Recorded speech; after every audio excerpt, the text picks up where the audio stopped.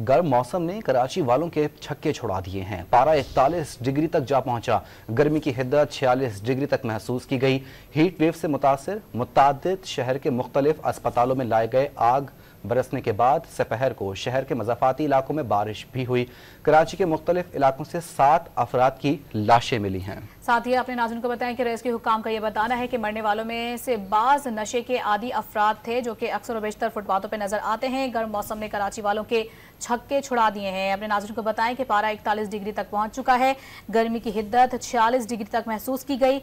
Heat wave से मुतासरा मुतादिद शहरी मुख्तलिफ अस्पतालों में लाए गए, जिसमें तेज बुखार के मरीज भी रिपोर्ट हुए हैं।